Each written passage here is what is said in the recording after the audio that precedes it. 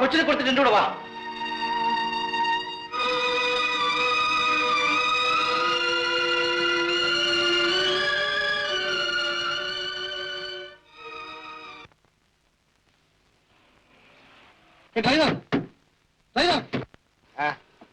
സുന്ദർ ലാഡ്ജി പോണം പോകാമോ?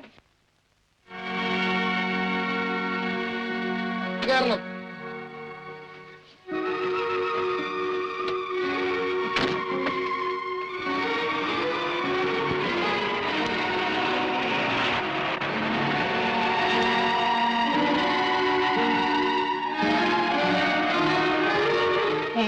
ഇതെവിടെ?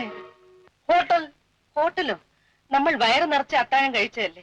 എന്റെ വയറ് വീർത്തു കഴിഞ്ഞു. നീ വയറ് വീർപ്പിക്കണ്ട.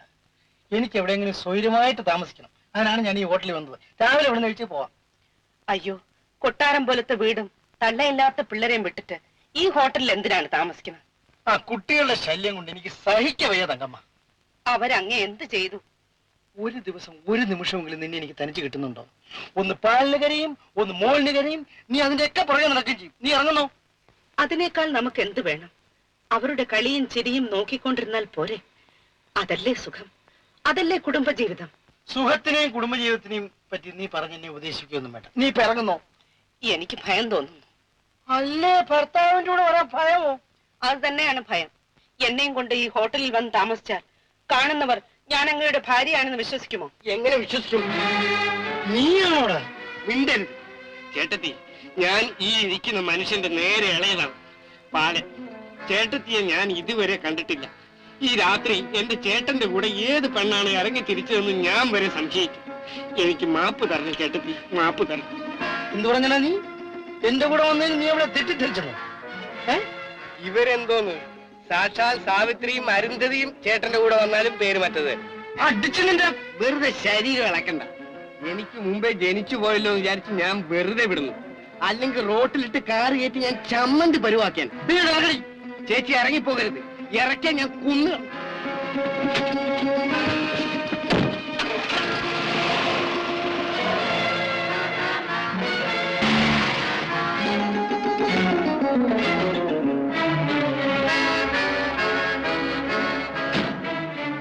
നേരെ ഇറങ്ങി അകത്ത് പോണം ചേട്ടത്തി. തള്ളയില്ലാത്ത പിള്ളേർക്ക് തള്ളയ്ക്ക് തള്ളയായി ഒരു മഹാലക്ഷ്മിയെ കിട്ടിയിരിക്കുന്നു. ദിവസവും പൂ പറിച്ചിട്ട് തൊഴണം ചേട്ടാ അവരെ. നീ പോടാ റാസ്കൽ. ആ ഞാൻ റാസ്കലാണ് ജൂനിയർ. സീനിയറേ. തങ്കമ്മേ, നാളെ വെളുപ്പിന് എറണാകുളത്ത് പോണം. എറണാകുളത്തോ? തയ്യാറായി.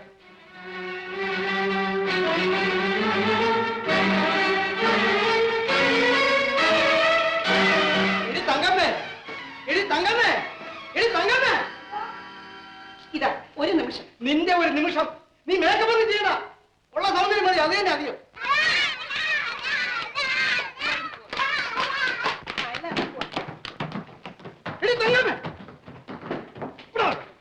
എന്നോട് ഞാൻ എന്താ പറഞ്ഞു? എറണാകുളത്ത് പോണോ? അതിന്റെ അർത്ഥം? അർത്ഥം അല്ല, അനർത്ഥം. എടീ, കുറച്ചാൾ എറണാകുളത്ത് പോയി സ്വൈര്യമായിട്ട് സന്തോഷമായിട്ട് യാതൊരു ശല്യവും കൂടാതിരിക്കാൻ വേണ്ടിയല്ലേ നീ മാത്രം വരാൻ പറഞ്ഞത്. അപ്പൊ നീ ചത്ത ചവങ്ങളെ എല്ലാം കൂടെ കെട്ടിയെടുത്തല്ലോടി. നമ്മൾ രണ്ടുപേരും മാത്രം. അല്ല, നിന്നെ തന്തയെ കൂടെ വിളിക്കാൻ പറ. അല്ലേ, തന്തയ്ക്ക് പറഞ്ഞപ്പോഴും ചിരിക്കുന്നുണ്ടല്ലേ? അതല്ല, ഇനിമേൽ നമുക്കെന്തിനീ എറണാകുളവും കോവളവും ഒക്കെ ആലോചിച്ച് ചിരിച്ചു പോയതാണ്. നീ മാത്രം വരുന്നുണ്ടോ? ഈ ഒരു തവണ കുട്ടികളെ കൂടെ കൊണ്ടുപോവാം. തങ്കമ്മേ, അവരെ തനിച്ചു വിട്ടിട്ട് പോയാൽ വല്ലാണ്ട് വിഷമിക്കും. വിഷമിക്കോ? വിഷമിക്കോ? എന്നാരും പോട്ടെ. എന്നാരും പോട്ടെ. ആരും പോട്ടെ. നീയും പോട്ടെ. ആരും പോട്ടെ. പോട്ടെ പോട്ടെ പോട്ടെ.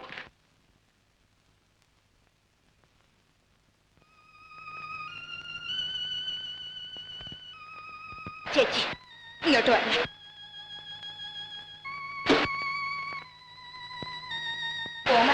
നീയും ഇതാണോ പറയുന്നത്?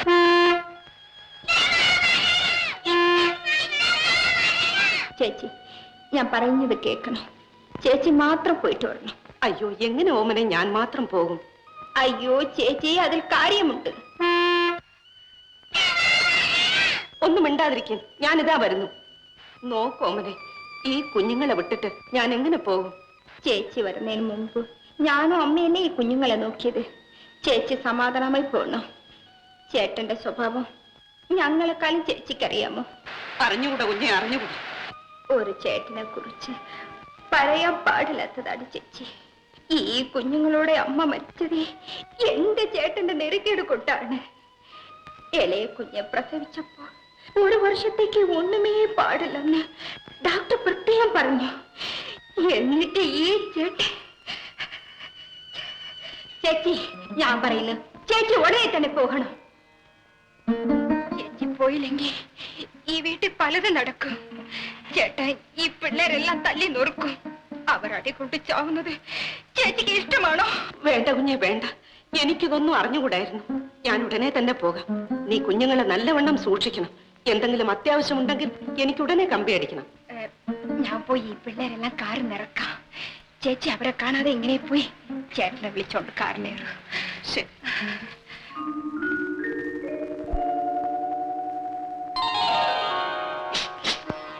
കുഞ്ഞുങ്ങളെ കൂടെ കൊണ്ടുപോകാമെന്ന് അവരോട് പറഞ്ഞു കളഞ്ഞല്ലോ എന്ന് കരുതി പറഞ്ഞതാണ്.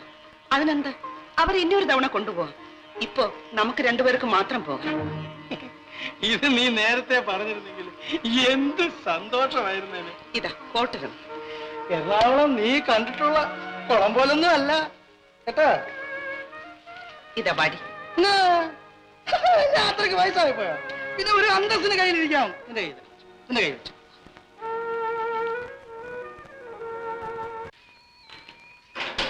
അമ്മേ, അമ്മേ,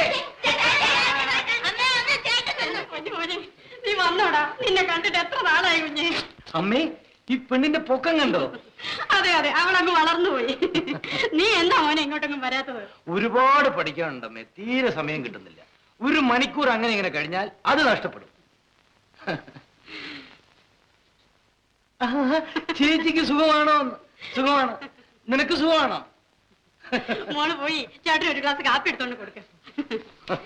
മോനെ, തങ്കമ്മ എന്നാടാ ഇങ്ങോട്ട് വരാത്തത്? ചേച്ചിക്ക് ഒരുപാട് ജോലി തിരക്കാണമ്മേ. ആ വീട്ടിലെ എല്ലാ കാര്യങ്ങളും ചേച്ചി നോക്കണം. പിള്ളേരാണെങ്കിൽ ചേച്ചിയെ കാണാതെ ഒരു നിമിഷം ഇരിക്കത്തില്ല. ഇങ്ങോട്ട് വരാൻ എത്ര പ്രാവശ്യം ഒരുങ്ങിയതാണെന്ന്. അപ്പോഴേക്കും ഏതെങ്കിലും അസൗകര്യം കാണും. ഗുഡ്. ആ, പിന്നെ എങ്ങനെ ഇരിക്കുന്നു ഇവിടുത്തെ കാര്യങ്ങളൊക്കെ? അവിടെ പുണ്യം കൊണ്ട് ഒരു കുറവുമില്ല മോനെ. അമ്മേ, എന്നാ പിന്നെ ഞാൻ പോട്ടെ. പോ, എന്റെ പൊന്നുമോൻ പോയി നല്ലപോലെ പഠിക്കും. അമ്മണി, ചേട്ടൻ പോട്ടെ. നിങ്ങളെല്ലാവരും മര്യാദയ്ക്ക് അമ്മ പറയുന്നത് പോലെ കേട്ട് നടക്കണം കേട്ടാ. നടക്കാം. എടീ, നീ കുറുമ്പൊന്നും കാണിക്കരുത്. ചേട്ടൻ പോയിട്ട് പിന്നെ വരാം.